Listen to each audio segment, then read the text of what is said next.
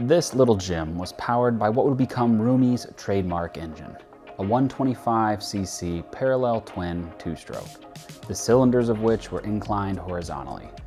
Built in numerous different stages of tune, this versatile motor was used to power standard, sport, and competition models, as well as a range of highly advanced scooters. Here is an example of the Junior model, the Corsa racing version of which superseded the competition in 1955. A new triangulated open cradle frame was created using lightweight tubing of different diameters and fitted with swing arm rear suspension and an Earl's front fork. Styled by Donnino Rumi, the 18-liter tank is a thing of beauty, modestly hidden by the tank's chest padding, which was a standard feature for this model. It was presented at the Turin Show and the Trade Fair in Milan in the spring of 1955.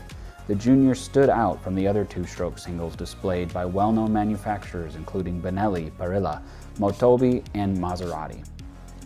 In the following years, the Junior had minor enhancements, but was basically unchanged until it was replaced by the Gentleman model in 1959, after a model run of some 300 units.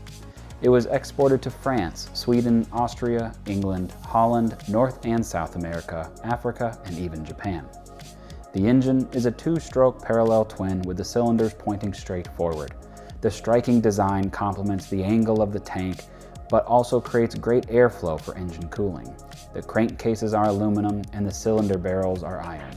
The bore and stroke is 42 by 45 millimeter. The pistons are also aluminum with deflectors on the surface, ensuring the incoming fuel was in the most opportune place before ignition. On the right side is the clutch, which runs a 3-speed transmission within the unit. Its vertically positioned Del Orto carburetor is a prominent design feature and is fed by both sides of this uniquely designed tank.